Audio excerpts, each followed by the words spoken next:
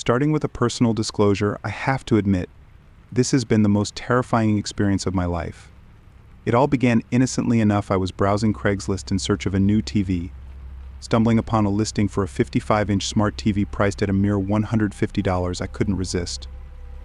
I reached out to the seller, expressing my keen interest.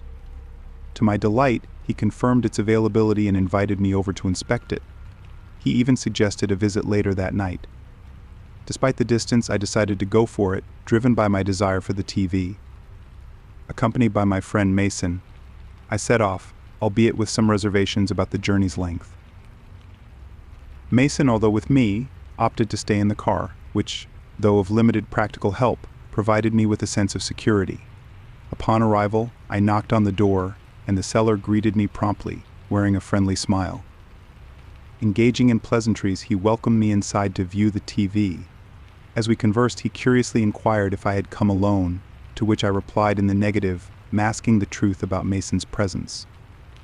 The seller's odd question lingered in my mind, but I brushed it off, attributing it to nerves and the late hour. Engaged in casual conversation, I suddenly heard faint, muffled yelling, seemingly originating from elsewhere in the house. When I queried its source, the seller casually dismissed it as his sons playing in their room. Yet something about his response felt off. Despite my growing unease, I reassured him of my well-being, eager to proceed with the TV inspection. Sensing my tension, he suggested we move to the basement for a quicker setup demonstration. Descending the stairs, I felt a twinge of discomfort, but I rationalized it as paranoia. Yet, as I took the first step, the seller abruptly shoved me, sending me tumbling down the stairs. Miraculously avoiding serious injury, I found myself at the bottom, struggling to rise. To my horror, the seller loomed over me, wielding a crowbar without a word. Instinctively, I dodged his swing and retaliated, incapacitating him momentarily. Seizing the opportunity, I fled upstairs, screaming for help in Mason's name. As I raced away, cries for help echoed from the basement, chilling me to the core. Despite the urge to investigate further, self-preservation prevailed, and I fled the scene. With trembling hands, I recounted the ordeal to Mason, grappling with the shock and fear. Summoning the authorities, we returned to the house, where police swiftly arrived. They apprehended the seller, revealing his nefarious deeds. A history of violence and imprisonment awaited him. Shocked and shaken, I sought solace in therapy and medication, grappling with the trauma that haunts me daily.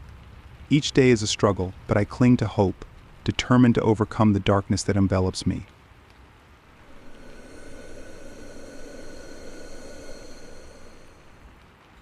I used to engage in a profitable side hustle, buying items like iPhones, video game systems, and TVs on Facebook Marketplace, then reselling them on Craigslist and Facebook for a tidy profit. This had been my practice for years, and I had garnered valuable experience along the way. iPhones were my primary focus due to their high profit margins. On one occasion, I acquired an iPhone X for just $155, a steal considering its market value at the time, over a year ago. Listing the iPhone X for $300 with a note indicating willingness to entertain the best offer, I anticipated a quick sale, given the demand for such devices. Within an hour, I received an inquiry from a potential buyer, expressing interest in the phone. After a brief exchange of messages, we arranged to meet the next day, late afternoon, following her work hours. However, shortly before our scheduled meeting, she requested that I come to her house instead of meeting at the agreed-upon location. Despite my initial apprehension, I agreed, as her offer matched my asking price, and the distance was manageable.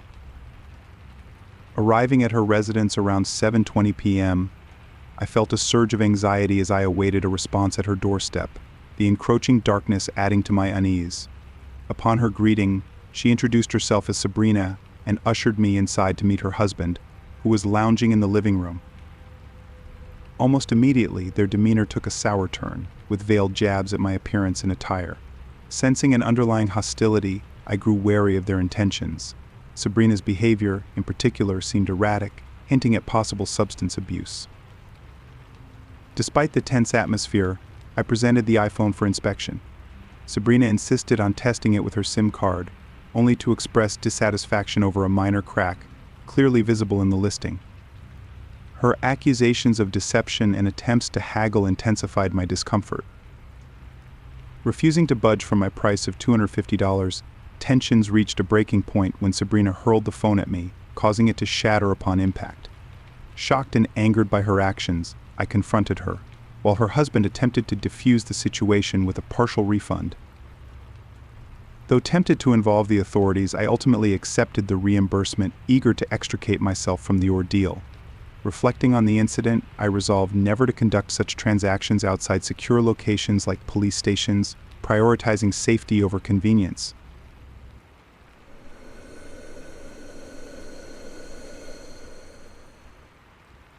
One day, out of sheer boredom, I found myself idly browsing Craigslist. I didn't have any specific items in mind, and at that time I was oblivious to the fact that people used Craigslist for dating or meeting new people. But after a bit of exploration, I discovered that it was indeed a common practice. Feeling both bored and lonely, I perused the listings and stumbled upon a profile belonging to a guy named Tom, who claimed to be 32 years old. Given that I was 34 at the time, we were roughly the same age. I wasn't actively seeking anything specific. I'm generally laid back and open to whatever unfolds. Tom had an appealing vibe and he seemed genuine. Moreover, he wasn't overly attractive, so I didn't fret about the possibility of encountering a catfish. His bio resonated with me, as we appeared to share similar interests. Thus, I decided to give it a shot. We began conversing, and before long, he obtained my phone number. The fact that he lived less than 10 minutes away was an added bonus. He proposed going out to a nearby bar that weekend, and I agreed. Our conversations quickly progressed from friendly banter to flirtatious exchanges. On our first date at the bar, things seemed to be going well. We engaged in small talk, indulged in drinks and food, and had an enjoyable time. I found myself developing feelings for him. However, as the night wore on and we were preparing to leave, I received a text from an unknown number warning me to stay away from her man. Confused, I showed Tom the message, but he brushed it off, feigning ignorance. His demeanor grew increasingly awkward and suspicious, indicating a desire to leave promptly. Just before we parted ways, his girlfriend unexpectedly arrived on the scene. Yes, you heard that right, his girlfriend. I was stunned and outraged. Fueled by alcohol and emotions, I confronted the woman unabashedly. She erupted into a tirade, hurling insults and physical attacks my way. In the ensuing chaos, she assaulted me with her purse, punched me, and pulled my hair, leaving me reeling. I attempted to defend myself, but I ended up falling and hitting my head on the concrete, prompting a trip to the hospital due to near fainting. Reflecting on that disastrous night, I'm still incredulous that I found myself in such a predicament. It was completely out of character for me, as I'm typically reserved and respectful. I remain uncertain how the girlfriend discovered our rendezvous or even knew we were together at the bar. Nonetheless, I'm grateful that she intervened before I became further entangled in a potentially damaging situation. She was apprehended and charged with assault that night, while I emerged without legal repercussions, albeit with a severe concussion. That harrowing experience served as a stark reminder of the dangers inherent in meeting strangers online. I've since found happiness with my fiancée, with whom I've been in a relationship for over 5 years. We're set to tie the knot next year and are eager to embark on our journey together, including starting a family. It's a cautionary tale I share to underscore the risks of internet encounters. You never truly know someone's intentions. Things could have taken a far graver turn that fateful night.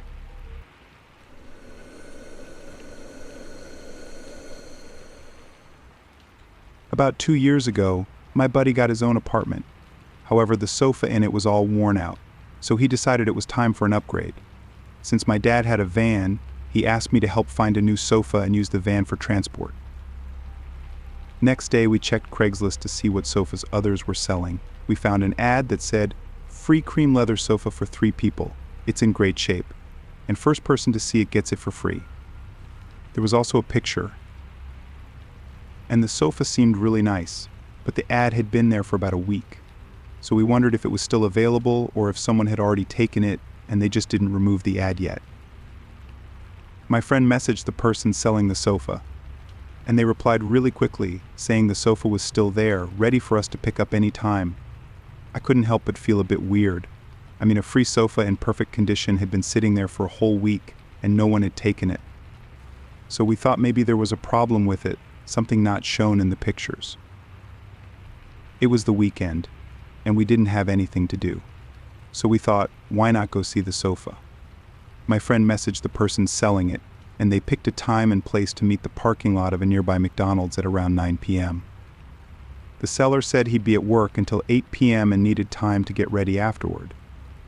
They described their vehicle as a green Honda Accord with a trailer. We arrived at the McDonald's parking lot around 8:50 p.m.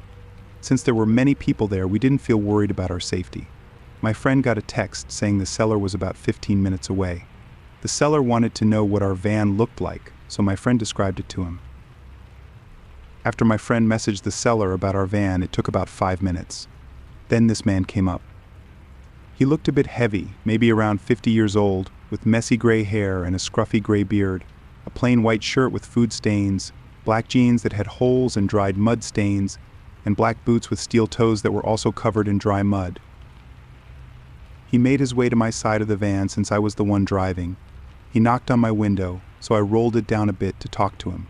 "You guys here for the sofa?" he asked, his voice sounding like he had a cough he couldn't get out. "Yeah," I replied. "Rob's car broke down nearby and his phone died. I walked up here to let you know. He's with the car waiting for help from AA. But if you want, you can go down there and pick up the sofa directly from him." My friend and I just looked at each other, feeling unsure about what was happening. "Can I hop in the van with you guys?" he asked. "And we'll go back to Rob together." "How far is he down the road?" I asked. "Not too far, but I need to show you where to go," he said. Right then, my friend pretended to get a phone call. "Hello? Yes? Oh, no way, really. We'll be right there," he said, turning to me.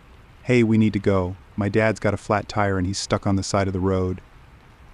I nodded, understanding it was a made-up call, just an excuse to get away from the strange guy. "We have to leave right now.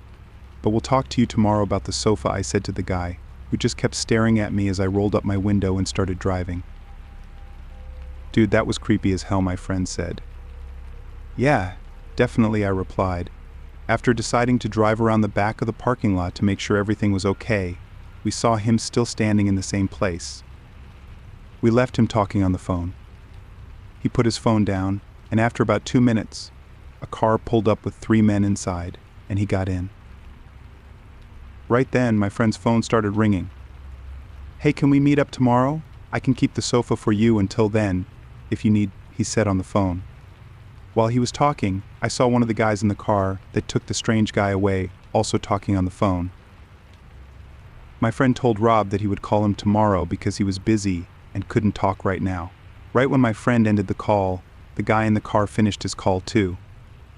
I told my friend that there might not have been a broken down car, and the creepy guy might have just tried to get us to go somewhere, so the guys in the car could do who knows what to us.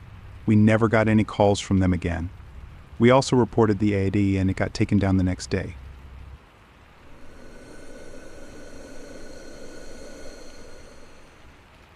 I grew up in Montana with my mom, dad, and sister. We went to school in the States and both got average grades. Our parents worked in real estate, so we moved to better houses about 4 times that I remember. But the good thing was that they always stayed in the same area, so we didn't have to switch schools and leave our friends. That was what I worried about the most. When my sister turned 19, she got a job with a company that plans vacations. I felt happy for her, but I jokingly told her, "Thanks for leaving me here without our parents teaming up against me." She just laughed and said, "Now you've got to handle your own challenges."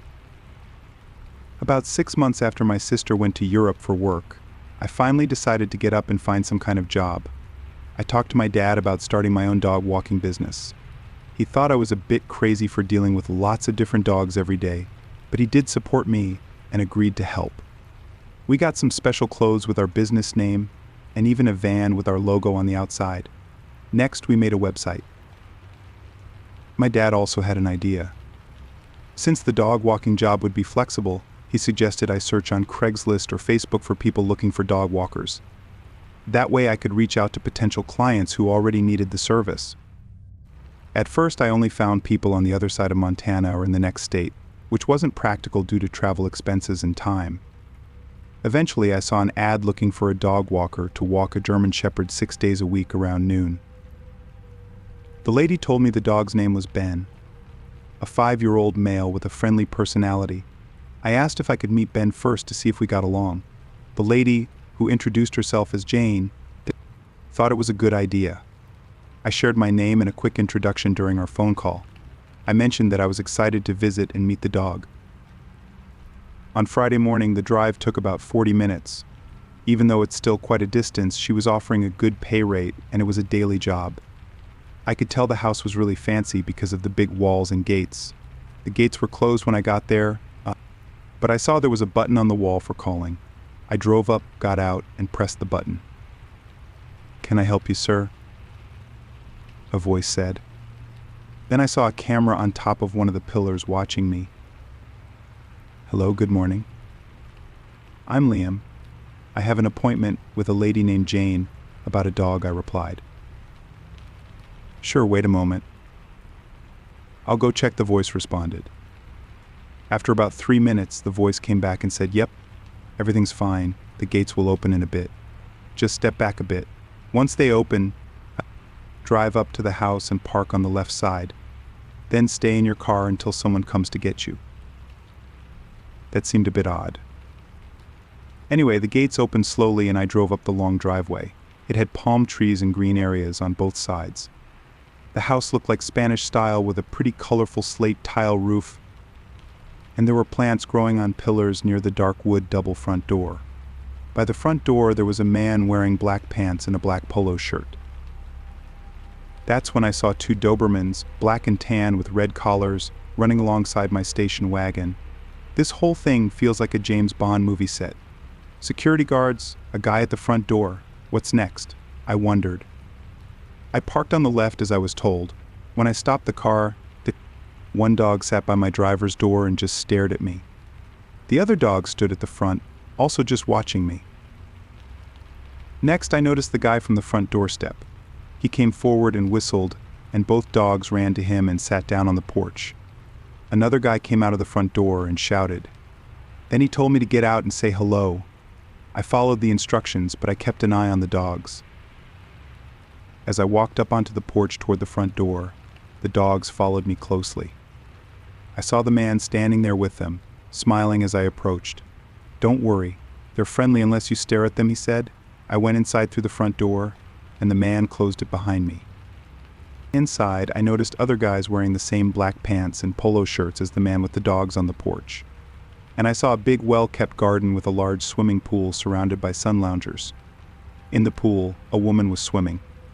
At first, I didn't see anyone else, but then I noticed the German Shepherd dog sitting by a sun lounger at the back. The dog was looking at me. The lady in the pool stopped swimming and looked up saying, "Thanks, Riley.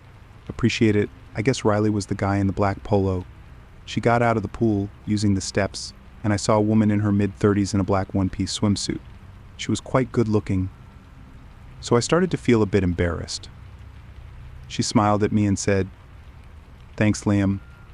I'm Jane, this has been..." She snapped her fingers and Ben walked over to her.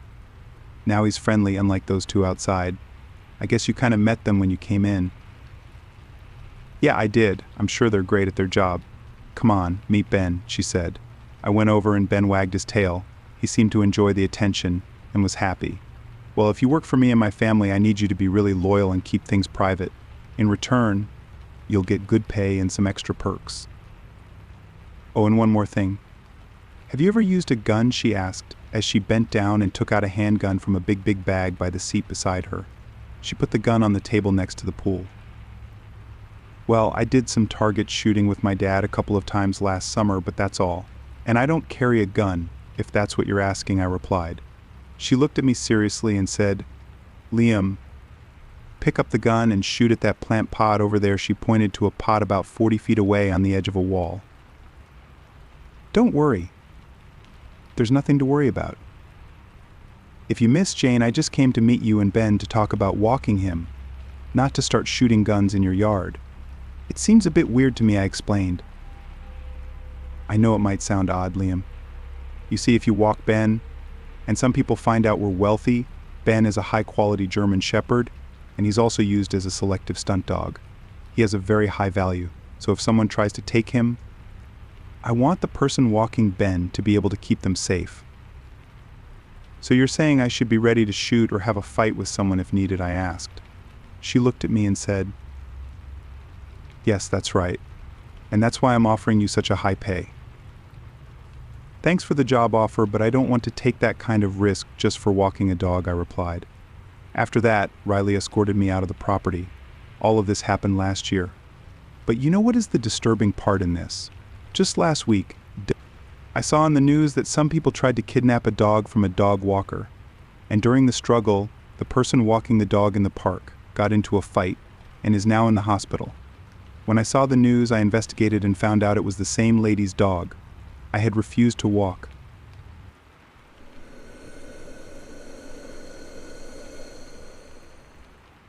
When I was 17, I was looking to buy my first car. I was on Craigslist every single day, searching for a beater car that could get me from point A to point B. My budget was $3,000 at most, so the cars I was looking at were no newer than 2004. One day, I found an ad for a 2002 two-door Honda Accord listed for $2,000 with mileage under 80,000. Right away, I knew I wanted to check it out. I convinced my mom to drive me to view the car after conversing with the guy over the phone. Originally, I texted him asking for details, but he ended up calling me. He sounded basically normal over the phone, rather polite. He answered some questions I had about the car and whatnot. And when he asked for my name, and I told him Dad, he said, "Dad, what a great name." That's my name, so I left, because it was the polite thing to do. But I just found it to be such an odd comment. Like everything about it, it almost sounded like he forgot his name was Dad because of the pause between "what a great name" and "that's my name." It just sounded sketchy. Nevertheless, everything else about the call went fine. So the next day my mom drove me to the address the guy gave me. We got off the highway and onto the streets right away. We agreed this was a trashy-looking neighborhood with bars on windows and graffiti under bridges. I was hoping the guy's place wouldn't seem equally sketchy, but as we pulled up, it was. It wasn't a standard property like the rest of the area. The entrance to the property was between two houses, not a driveway, just some low-key road that led into an inlet with two more houses. Every house was cramped between other houses and buildings. But there I saw it behind a cord, which was what you'd call the driveway for this house. My mom and I stepped up to the front door and rang the bell. We didn't know if it rang or not because we couldn't hear anything. So I knocked. One of the windows opened out of nowhere, and a man's voice said, "Come inside, the door's unlocked." My mom stopped me and whispered, "Are you sure you want to go in there?" I said. "Yeah, I let ourselves in, expecting to be greeted by Dan."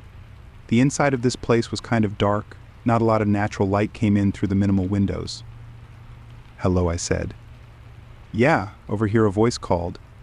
It was deeper than I heard on the phone. "Dan?" I asked. "Yeah," he said. I began walking through the little kitchen closer to his voice. My mom grabbed my shoulder and stopped me. She whispered in my ear. "We're leaving." The man's voice now came from beyond this door at the end of the kitchen. He called, "Down here, we could do the transaction here." My mom and I left the house in a hurry. As we were hurrying to my car, a lady at the next building over called to us. She came hurrying down from her front porch, warning us not to go in there, asking why we were there. We explained that I came to buy a car, but that he was calling us into his basement. The woman said that she has been concerned about that man living next door for months, that she thinks he's up to no good, and that he constantly has random cars pull up in the driveway in the middle of the night. We asked if his name was Dan. She said she wasn't sure, but that she vaguely remembered the guy introducing himself as Mike. She told us to just get far away from the house immediately. And so we did. It's disturbing to know my mom and I may have been murdered in that basement if we went down there. Like, how could we do a transaction before even viewing the car or agreeing on anything? Better question why in the basement. The whole thing screams trap. I don't know what else he could have wanted to do to us, more specifically me, in that basement.